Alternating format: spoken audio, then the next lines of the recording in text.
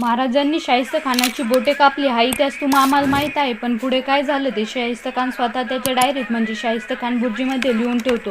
जय शिवराय मित्राची क्षीरसागर. आणि तुम्ही पाहत आहात 30 दिवस तिचा परिचित इतिहास. दिवस 9.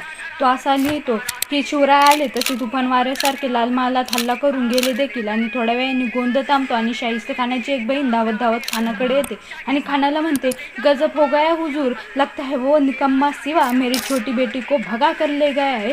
तसे शाहिस्ते खान त्याच्या बहिणीला म्हणतो, चुप कर पगली, व शिवाजी किसी की उंगलियां काट सकता है, व शिवाजी किसी की गर्दन मार सकता है, लेकिन वह शिवाजी किसी औरत या लड़की के ऊपर हात नहीं डाल सकता. अरे दुश्मनांनाही शिवछत्रपतींच्या चारित्र्यावरती इतका विश्वास होता.